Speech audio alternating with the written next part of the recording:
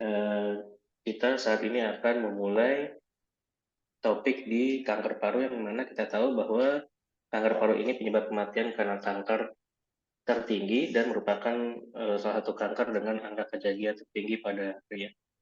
Baik, sesi ini akan diselenggarakan 60 menit yang diisi dengan paparan dari Dr. Handoko, kemudian dilanjutkan dengan tanya jawab. Jika ada peserta yang mau bertanya, silahkan mengetik di kolom Q&A atau mengaktifkan fitur raise hand untuk bisa berdialog secara interaktif langsung.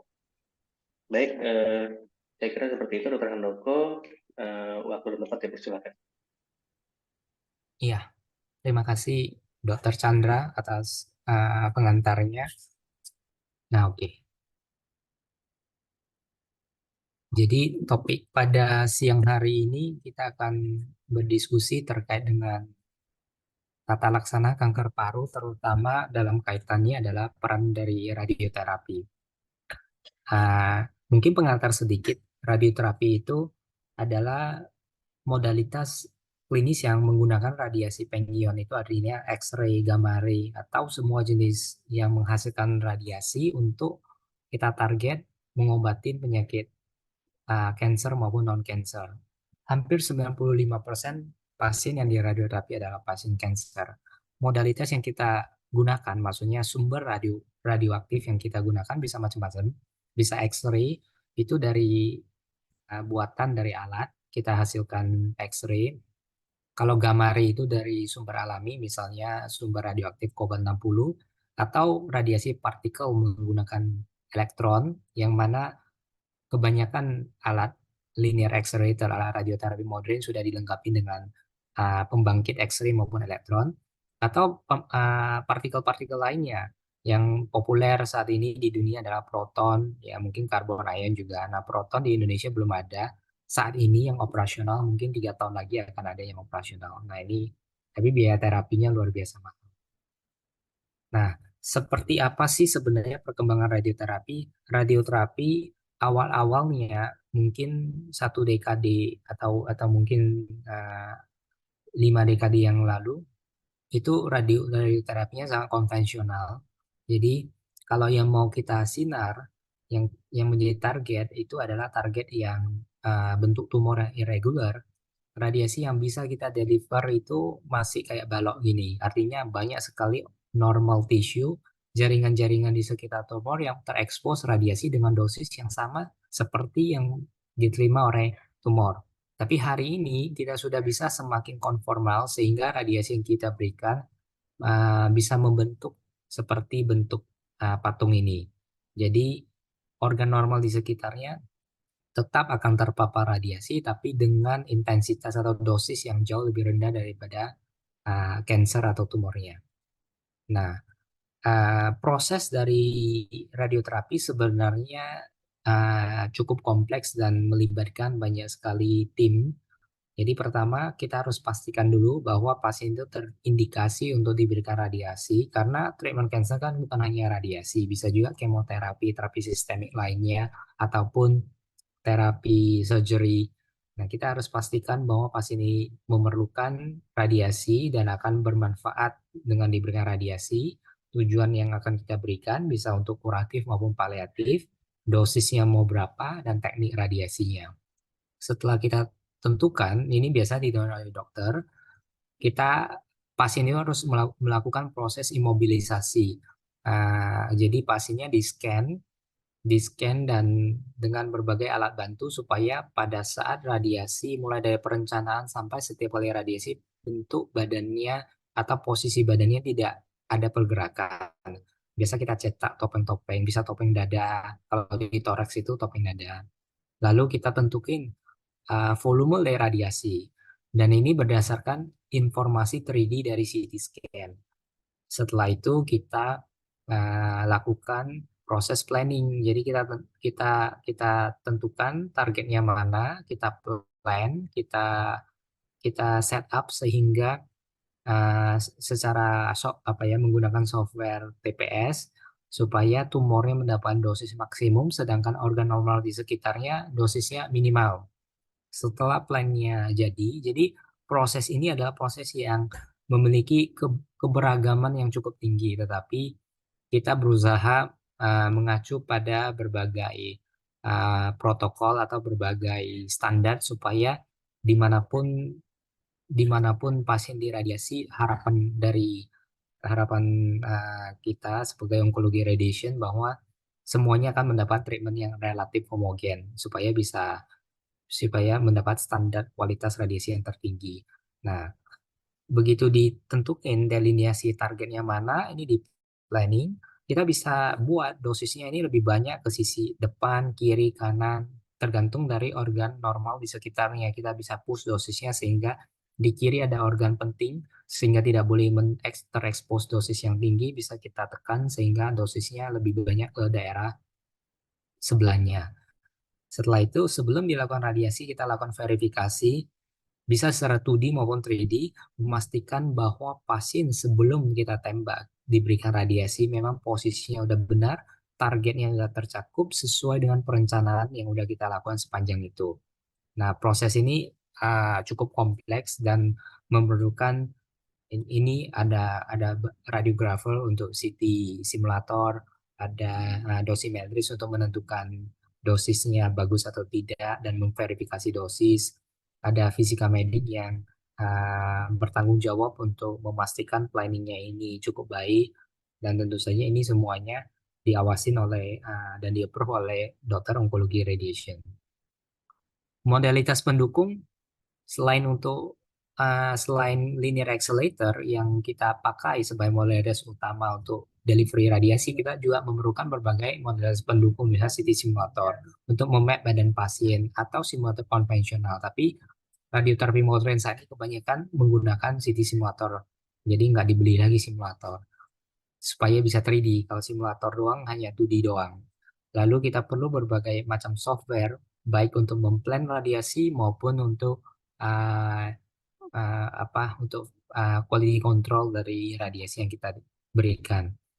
Nah, ini adalah berbagai teknik radiasi. Ini adalah contoh gambar target radiasi ilustrasinya. Ini yang mau kita sinar karena tumornya berada di daerah ini.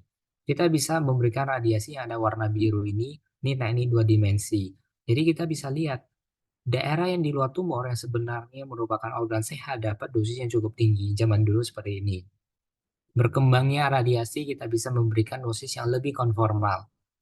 Kita lihat volume jaringan normal berkurang signifikan.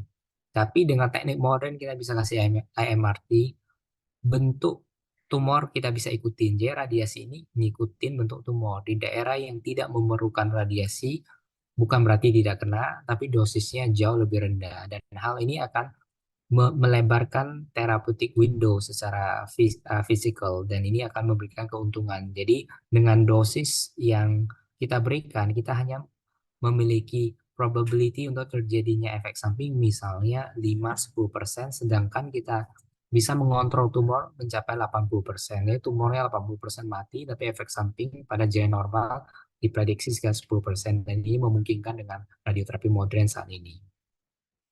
Setelah itu, satu hal lagi yang penting adalah kalau kita tadi sudah melakukan mapping radiasi dengan baik, imobilisasi dengan baik, planning radiasi dengan baik.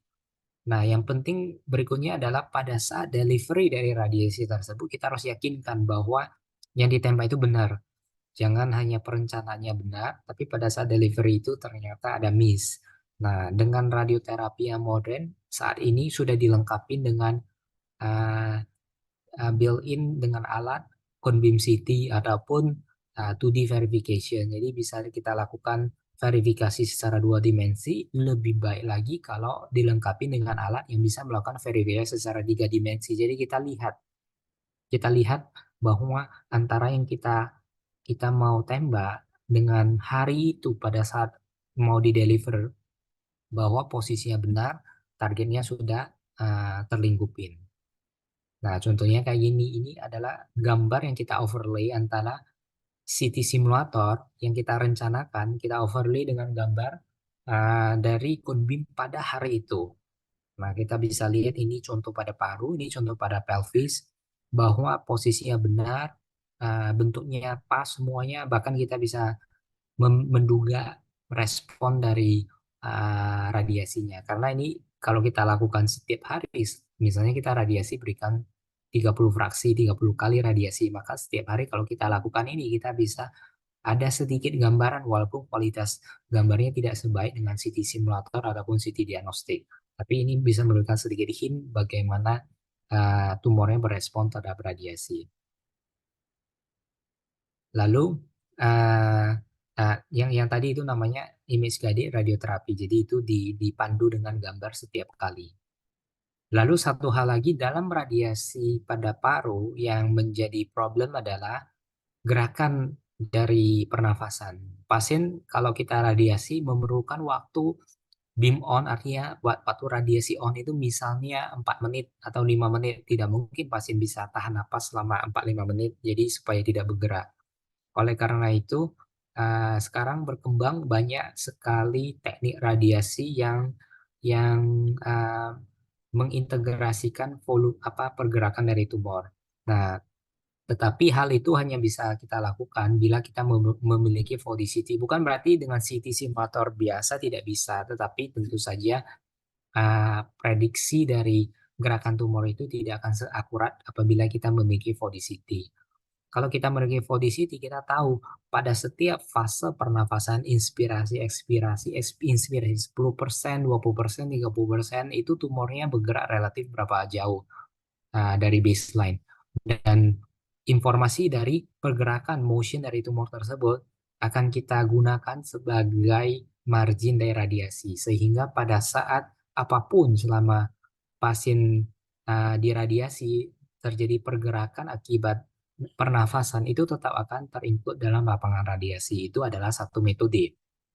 Metode lain yang bisa kita lakukan adalah kita minta pasien untuk tahan napas 20 detik umumnya. 15 sampai 25 detik, tapi umumnya 20 detik. 20 detik. Nah, kita harapkan adalah eh, kita bisa monitor dengan berbagai teknik, surface gating, permukaan, atau kita menggunakan alat yang bisa mengontrol volume udara di paru-paru, sehingga pada saat pasien tahan napas itu selalu dalam kondisi yang sama. Volume paru misalnya 1 liter, selalu dalam kondisi volume paru 1 liter. Lebih dari 1 liter, ada masker sungkupnya, dia mau ngisap juga nggak bisa, karena terukur dari alat 1 liter terus dia ngeblok. Jadi dia tidak akan mengizinkan lebih banyak udara masuk. Nah, setelah itu pasien tahan napas selama 20 detik dan alat tersebut terintegrasi dengan alat linear accelerator kita sehingga hanya akan diberikan radiasi pada kondisi syarat-syarat tersebut terpenuhi. Volume udara sudah masuk 1 liter, habis itu pasien memang ready, jadi dia bisa secara volunteer untuk menekan tombol bahwa dia ready untuk diradiasi. Tapi tentu saja ini memerlukan kerjasama dengan pasien. Tidak semua pasien mampu untuk melakukan itu karena dia harus tahan napas berulang-ulang, mungkin bisa sampai 20 kali karena tiap 20 detik istirahat, habis itu diradiasi lagi 20 detik. Total radiasi misalnya 4 menit, 3 menit, 4 menit, maka dia harus mengulang bisa sampai 20 kali atau lebih. Belum dihitung proses verifikasinya, itu juga harus dia tahan napas. Jadi itu teknik berikutnya, bisa menggunakan kontrol terhadap volume pernapasan, bisa juga menggunakan marker surrogate dari permukaan badan. Nah, ini adalah contoh gambar yang bergerak. Ini adalah 4D CT, jadi kita bisa lihat gerakan tumornya relatif pada semua fase pernafasan. Kalau CT diagnostik ini informasi ini tidak diperlukan, tapi pada radioterapi kita perlukan supaya tahu gerakannya berapa banyak untuk mendesain radiasinya. Tentu saja yang terbaik itu adalah dengan gating, jadi bisa lihat beam on pada saat tumornya masuk ke dalam volume yang udah kita tentukan. Tapi ini perlu pasien yang mampu untuk tahan napas.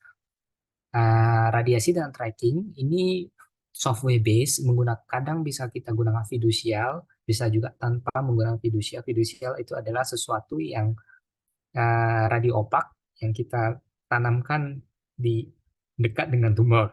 Tetapi proses tracking ini kadang-kadang tidak begitu akurat karena pergerakan tumor itu kadang-kadang kompleks, sehingga walaupun tersedia alat radioterapi yang tersedia software tracking ini kadang-kadang kita harus hati-hati karena itu kan memprediksi gerakan, itu kadang-kadang tidak begitu akurat. Jadi yang terbaik saat ini adalah apabila pasien bisa tahan nafas. Lalu, nah ini contoh lain yang menggunakan surface tracking, ini pakai masker yang mengontrol volume udara, sama pada prinsipnya. Jadi ada banyak sekali teknik dan kita hanya radiasi pada fase-fase tertentu saja selama pernafasan. Nah ini yang total breath hold, ini yang disinar dengan fase-fase tertentu saja. Jadi radiasinya on off.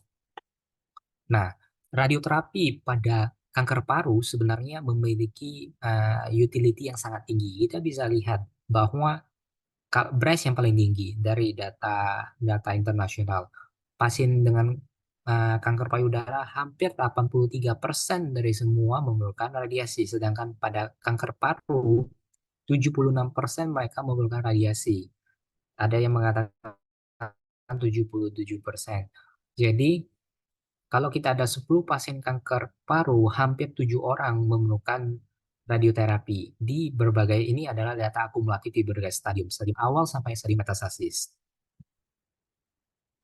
Kalau kita mengacu pada panduan nasional praktek klinik untuk kanker paru yang tipe non-small cell, nah kita bisa lihat bahwa hampir di semua, bukan hampir, di semua stadium early stage maupun locally advanced, ini belum grafik metastasis ya, ini baru local and locally advanced, kita ada tempatnya diberikan radiasi, tapi ini pilihan ke early stage.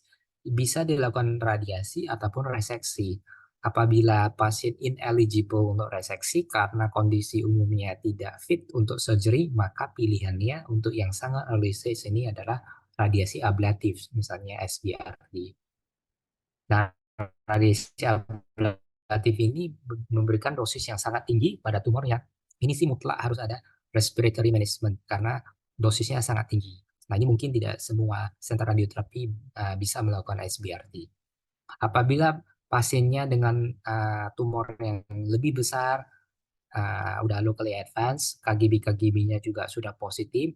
Nah, ini pilihan bisa dikecilin dulu dengan kemo neoadjuvan atau dikecilin dengan kemo radiasi followed by uh, surgery. Atau kalau memang pasien menolak atau karena kondisi yang tidak memungkinkan untuk dioperasi, bisa diberikan kemoradiasi definitif. Dan kalau untuk yang mereka yang dilakukan operasi langsung, yang memang eligible dan bisa dioperasi, ini juga kita lihat kalau ternyata hasil operasinya masih menyisakan tumor, itu juga harus di follow up, diberikan terapi adjuvan dengan radiasi ataupun kemoterapi. Nah ini adalah kondisi apabila dia udah metastasis. Sorry, ini locally advanced yang N-nya udah tinggi N2, N3. Nah, kalau yang sudah locally advanced yang N-nya udah tinggi, maka umumnya ini tidak bisa langsung upfront diberikan operasi. Ini memerlukan terapi neoadjuvan dulu untuk mengecilin tumornya. Bisa dengan kemoterapi neoadjuvan ataupun kemoradiasi neoadjuvan setelah nilai untuk operasi, atau apabila memang udah diputuskan ini ya, tidak dioperasi, maka kita akan memberikan terapi kemoradiasi definitif sampai dosis maksimum.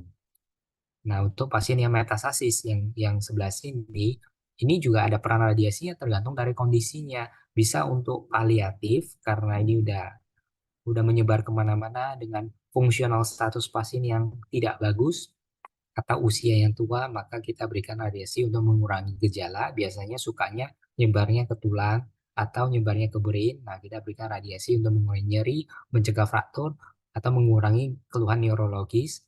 Kalau dia masih penyebarannya terbatas, artinya oligometastasis, hanya mental tapi tulang doang, hanya satu tulang, maka masih ada tempatnya diberikan terapi lokal dan terapi pada metastasisnya, baik dengan surgery maupun dengan radiasi dosis tinggi adalah SPRT. Tapi ini tidak menghilangkan peran dari terapi sistemik, ini tetap harus diberikan karena kategorinya udah masuk metastasis. Cuma terapi ablatif pada lokal maupun systemic site pada kondisi yang masih oligometastasis terbatas sampai 3-5 lesi kecil-kecil, maka ini masih ada keuntungannya. Nah, lalu kalau kita mereview, ini adalah gambaran dari staging terbaru dari non-small cell lung cancer. Non-small cell lung cancer mencakup karsinoma sel squamosa ataupun adenokarsinoma. Kita bisa lihat ini stagingnya, terapinya adalah untuk kategori yang early stage, KGB-nya biasanya negatif, maka itu choice of treatment-nya boleh dioperasi, boleh di SBRT. Apabila pasien ineligible to surgery, kita lanjut SBRT. Tapi SBRT tidak semua center saat ini bisa. Lalu kalau pasiennya lebih besar stage-nya, KGMI sudah positif atau bahkan locally advanced yang KGMI udah sampai T2, N2, N3 dengan tumor primernya juga udah besar-besar, ini terapinya bisa banyak. Bisa bisa juga dikecilin dulu dengan terapi neoadjuvan, kemo atau kemo radiasi dilanjutkan dengan operasi. Bisa juga kalau N-nya masih N1, T-nya T2 maka langsung dilakukan surgery kalau functional reserve parunya cukup baik. Dilanjutkan dengan adjuvant terapi, kemoterapi, sekuensial, namun kemoradiasi tergantung kondisi pasca surgery. Atau mereka-mereka yang memang ineligible untuk surgery dari awal, maka kita langsung memberikan kemoradiasi definitif dilanjutkan dengan adjuvan kemoterapi. Kalau di guideline internasional saat ini memang sudah dianjurkan imunoterapi sebagai maintenance, tapi kayaknya obat-obat imunoterapi saat ini masih sangat mahal. Jadi paling minimal ya adjuvan kemoterapi atau palliative care karena ada kondisi N3 yang eh, yang P-nya itu besar sekali, N3 ini bentar lagi ya masuk kondisi metastasis yang memang radioterapi radikal, kemoradiasi radikal juga tidak memungkinkan, jadi langsung palliative care. Jadi ini adalah pilihan terapi untuk yang kategori stage seperti ini. Bagaimana menentukan ini? Kita harus diskusikan bersama, lihat kondisi pasien dengan dokter bedah toraks, radioterapi, medical oncology, untuk menentukan bagaimana sequencing dari terapi. Tentu saja tergantung dari kondisi tumornya dan kondisi pasiennya, sefit apa untuk menerima terapi-terapi yang akan kita offer. Nah, kalau pasien dalam kondisi yang udah advance, sudah ada metastasis, ini juga ada kategori metastasisnya yang udah sampai ke distant organ atau yang hanya kontralateral. Tapi secara umum yang namanya metastasis pasti first line of treatment adalah terapi sistemik. Paliatif radioterapi umumnya diperlukan untuk mengurangi gejala atau palliative care atau supportive care. Nah, terapi sistemik juga pada kanker paru ini saat ini berkembang sangat pesat. Bahkan apabila pasien histologinya adenokarsinoma yang mana terdeteksi ada mutasi misalnya pada EGFR gen atau ALK atau gen yang lain itu saat ini udah ada targeted terapi jadi tidak perlu mendapatkan kemoterapi tapi langsung diberikan targeted terapi dengan respon yang baik efek samping yang minimal. Ini adalah gambaran bahwa apabila ini ada studi yang dilakukan di Eropa, semakin dini kita melakukan terapi, survival, keberhasilan terapinya sangat tinggi. Tapi semakin lama, begitu makin besar tumornya, stadium meninggal, survivalnya akan berkurang. Masuk stadium 4, survivalnya berkurang secara signifikan. Dan bukan hanya itu, biaya untuk terapi yang meningkat drastis. Kalau stage 1 hanya kecil, mungkin aja di surgery operasi selesai. Terangkat bersih secara marginnya negatif semua. Mungkin kita observe aja nggak usah diapa-apain lagi. Tapi kalau udah stadium 4, udah jembar kemana-mana, diperlukan terapi sistemik. Kadang harus dirawat karena komplikasi dari terapi sistemik yang diberikan. Ada penyebaran ke brain harus dilakukan. Radioterapi pada brain untuk mengulangi keluhan neurologisnya. Dan semua terapi di stadium 4 boleh dikatakan probability untuk apa ya eradikasi tumornya sangat kecil. Artinya yang kita bisa lakukan hanya maintain supaya tumornya lebih pelan progres, tetapi dia tidak bisa off dari terapi. Jadi ya istilahnya pengobatannya sampai sepanjang masa. Dan ini menyebabkan biayanya yang sangat tinggi dengan angka keberhasilan yang makin lama makin turun. Jadi sangat penting untuk dilakukan screening kesehatan dan apabila terdapat sesuatu maka kita harapkan pasien-pasien kita dapat diterapi berobat di stadium yang jauh lebih kecil. Memang paru agak sulit karena kadang-kadang masalahnya tidak ada keluhan sampai stadiumnya udah 3, 4 baru ada keluhan. Ya satu-satunya ya mungkin salah satu apabila dicanangkan program apa ya low dose CT scan untuk screening mungkin itu akan bisa kita dapatkan pasien yang jauh early stage. Lalu ini sedikit saja bahwa radioterapi diharapkan di Indonesia. Oleh karena itu semua pasien cancer terutama paru yang kita lihat kan hampir 77% memerlukan radioterapi, mudah-mudahan bisa ditangani.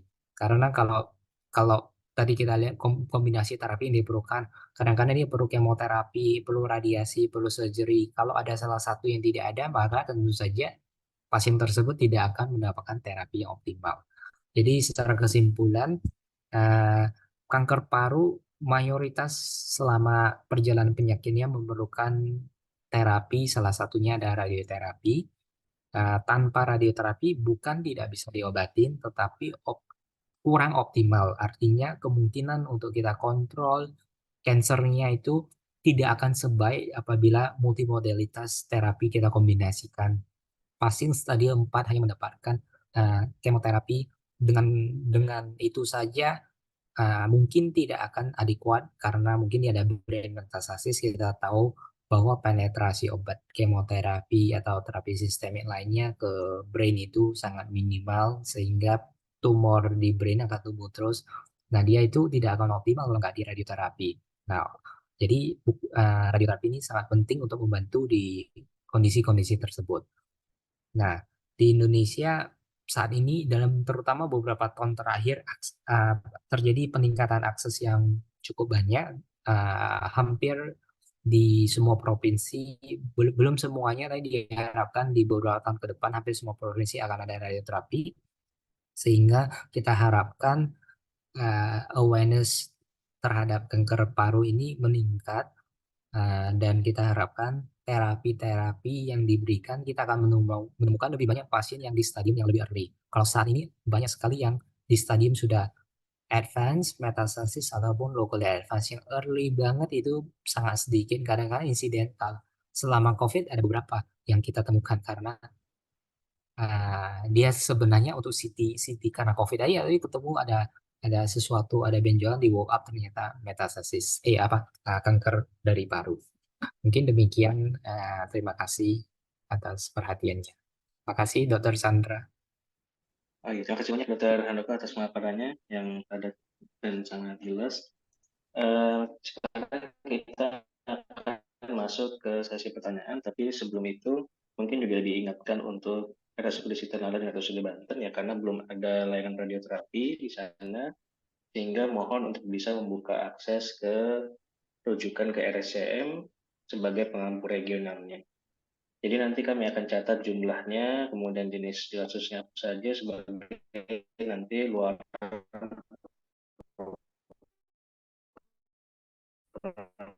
pengampuan dari RSCM. Oke, ini dari Rumah Sakit Ampuan Lampung. Untuk small cell lung cancer, apakah PCI dilakukan Iya, rutin? terima kasih Dokter Sandra, Dokter Adi. Jadi kalau untuk small cell tadi yang saya ceritakan non small cell, untuk small cell itu bisa dilakukan PCI prophylaxis cranial radiation. Jadi walaupun belum ada penyebaran ke brain, kita tahu small cell lung cancer itu sangat agresif. Um,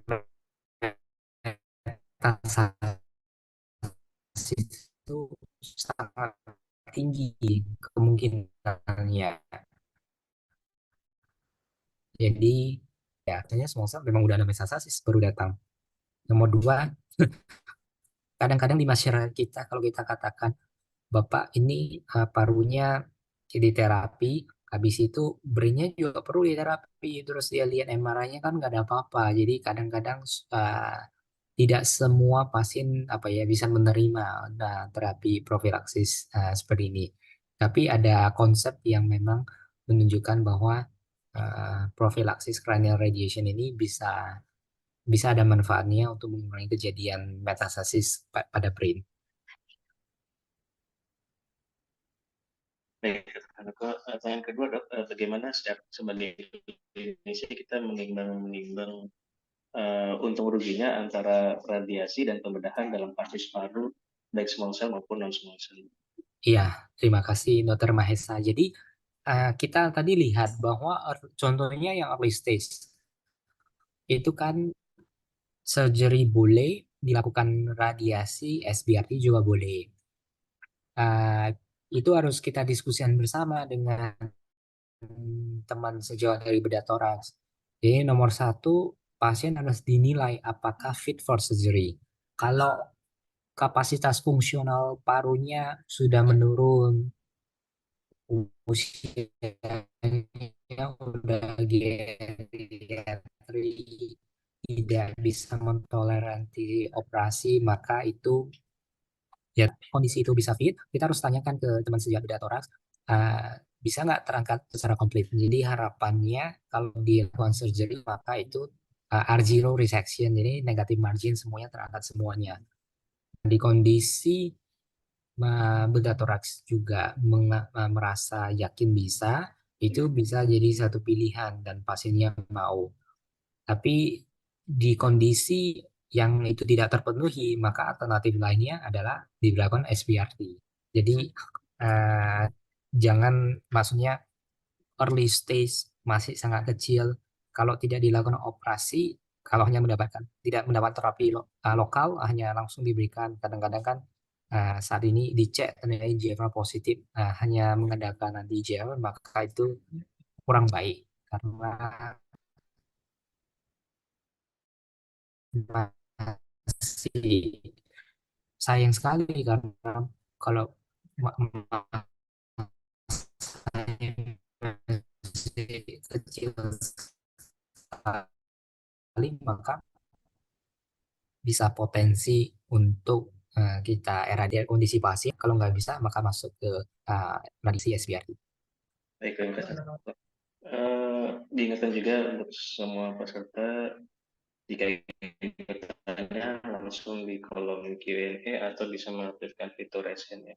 Panjang dari radiasi pada pasien paru, bagaimana strategi penanganannya itu?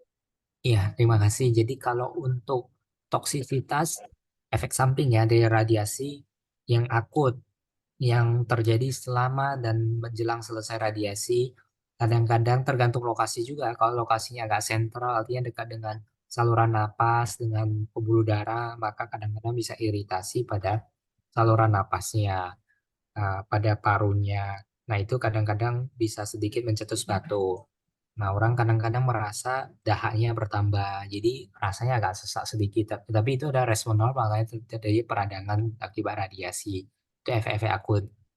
Efek jangka panjang akibat radioterapi bisa dari fibrosis, bisa dari pneumonitis pada paru. Itu artinya peradangan atau fibrosis itu maksudnya jadi parunya itu fungsinya mungkin akan berkurang, tapi karena volume yang terradiasi dan terjadi fibrosis itu minimal, maka umumnya itu kalau radiasi diberikan dengan baik, terkontrol, maka biasanya walaupun terjadi fibrosis itu tidak menimbulkan gejala klinis pada pasien yang dari awal fungsional lung reserve-nya itu cukup baik. Jadi yang paling ditakutkan itu pneumonitis radiasi jangka panjang kalau ada fibrosis radiasi. Baik, terima kasih dok. Selanjutnya dari Dr. Halid, pada center yang tidak memungkinkan teknik advance untuk lung radiation, tidak memungkinkan SABR, respiratory gating tidak optimal, apakah bisa dilakukan dengan teknik AMRT atau konvensional? Iya, terima kasih. Jadi kalau SBRT itu kan atau SABR itu kan diberikan hanya untuk tumor yang kecil, N-nya negatif, N0. Kalau N-nya udah positif atau tumornya gede, mungkin 6 cm, 8 cm, maka ini juga nggak bisa dilakukan SBRT, volumenya terlalu besar. Nah, untuk volume tumor-tumor yang kecil itu, kalau diberikan radiasi konvensional, dikasih 66, bahkan kita eskalasi sampai 70 grade dosis konvensional ya kecil-kecil, dikombin sekalipun dengan kemoterapi, concurrent, jadi ini kan udah maksimal, itu umumnya tidak akan sebaik outcome-nya dengan dilakukan SBRT. Jadi, kita upayakan bila SBRT eligible, maka sebaiknya itu diberikan karena diberikan dosis tinggi, sifatnya ablatif, harapan untuk mengontrol kansernya akan lebih baik. Tetapi jadi kalau memang senternya masih tidak bisa lakukan SBRT karena mungkin verifikasinya hanya 2D doang atau fiksasinya nggak adekuat, ada pasien yang memang benar-benar early stage and yang nol udah di assessment baik, yang akan baik ya sebenarnya idealnya adalah dikirim untuk bisa SBRT. Nah, tetapi kalau satu atau lain hal itu tidak memungkinkan, dilakukan surgery yang nggak bisa kan. Nah, IMRT lebih baik ya dengan dikombinasi dengan kemoterapi, jadi concurrent chemoradiasi. Baik, Dok. Selanjutnya ini seperti menyambung mengenai kemoradiasinya, lebih baik apakah concurrent atau sequential? Nah, lebih baik concurrent apabila pasien juga fit untuk kemoterapi. Ya, oke, baik. Terima kasih, Dok. Selanjutnya ini dari Rumah Sakit Ampuan, Saudara. Dok. Izin menanyakan bagaimana peran radiasi pada pasien CA paru dengan pacemaker. Apakah ada teknik, dosis, dan apa yang perlu diperhatikan? Ya, terima kasih. Jadi pasien dengan pacemaker itu harus hati-hati dan kita harus bekerja sama dengan teman sejaya dari kardiologi. Masalahnya adalah radiasi apabila pacemakernya kena dosis tinggi, mungkin di atas 1 gray, atau ada literatur mengatakan 2 gray, dosis total, maka itu ada kemungkinan terjadi kerusakan pada pacemakernya, ada gangguan.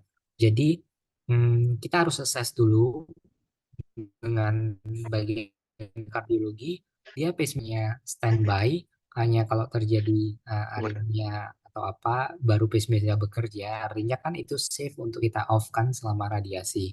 Nah, itu kita lebih tenang. Jadi untuk sementara bisa bisa di off kan apanya pacemakernya, eh, baru kita radiasi. Katakan pun akibat radiasi terjadi kerusakan pada pacemakernya, yang mana tentu saja kita tidak harapkan, ini tidak membahayakan jiwa pasien karena pasiennya bukan dependent 100% pada pacemaker.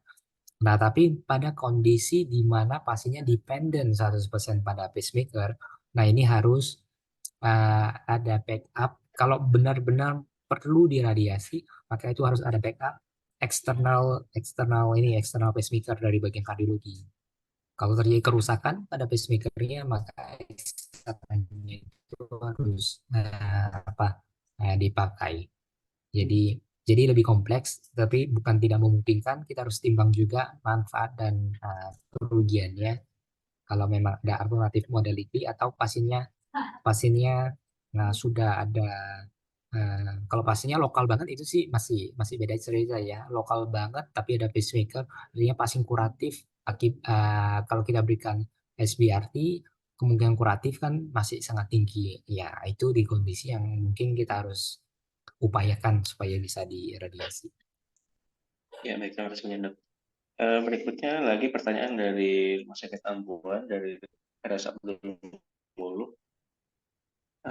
Ada pasien lung cancer yang sedang menjalani kemoterapi dan dikonsulkan ke radiasi untuk cancer pain pada paru. Apakah ada tempat radiasi untuk mengurangi nyeri tersebut atau diberikannya pasca kemo sebagai adjuvan saja?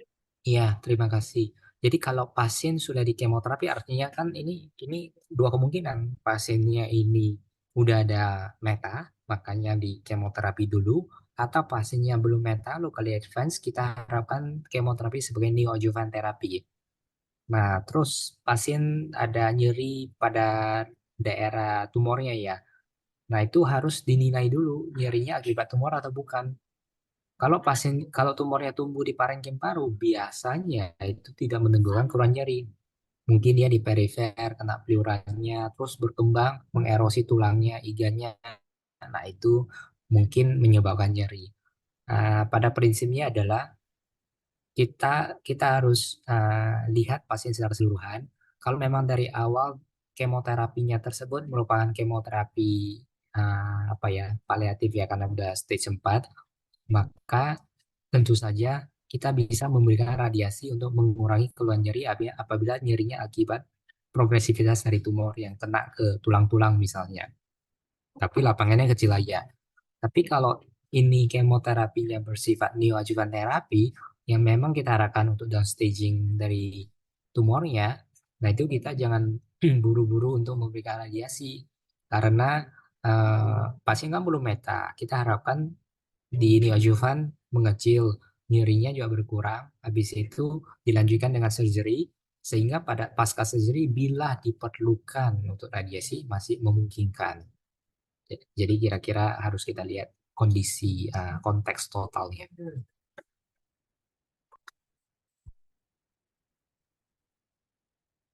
Baik, terima kasih dokter. Ini mungkin pertanyaan terakhir dokter dari dokter Sukarti, spesialis paru konsultan onkologi. Bagaimana klaim BPJS-nya bila kita lakukan terapi kemoradiasi concurrent? Iya, terima kasih Dokter Sukarti. Jadi dok, kalau di RSCM selama ini sih bisa dilaksanakan. Artinya uh, sepanjang pasien terindikasi ya kita berikan kemo dan radiasi secara concurrent. Hari Senin kemo, habis itu sorenya diradiasi, habis itu lanjut Selasa, Rabu, Kamis concurrent seminggu sekali umumnya. Saya tidak tahu kalau kalau ada selama ini sih kalau di RSM nggak ada kendala, pasien bisa bisa terima apa ini terapi kombinasi. Mungkin saya ada dengar memang kalau di rumah sakit lain kadang-kadang BPJS ya minta yang meresepkan kemonya itu apa ya, home ya, medical oncologist ya. Ya mungkin itu bisa dikomunikasikan dok dengan BPJS setempat karena kalau di RSM ini bisa dan tidak ada kendala selama ini.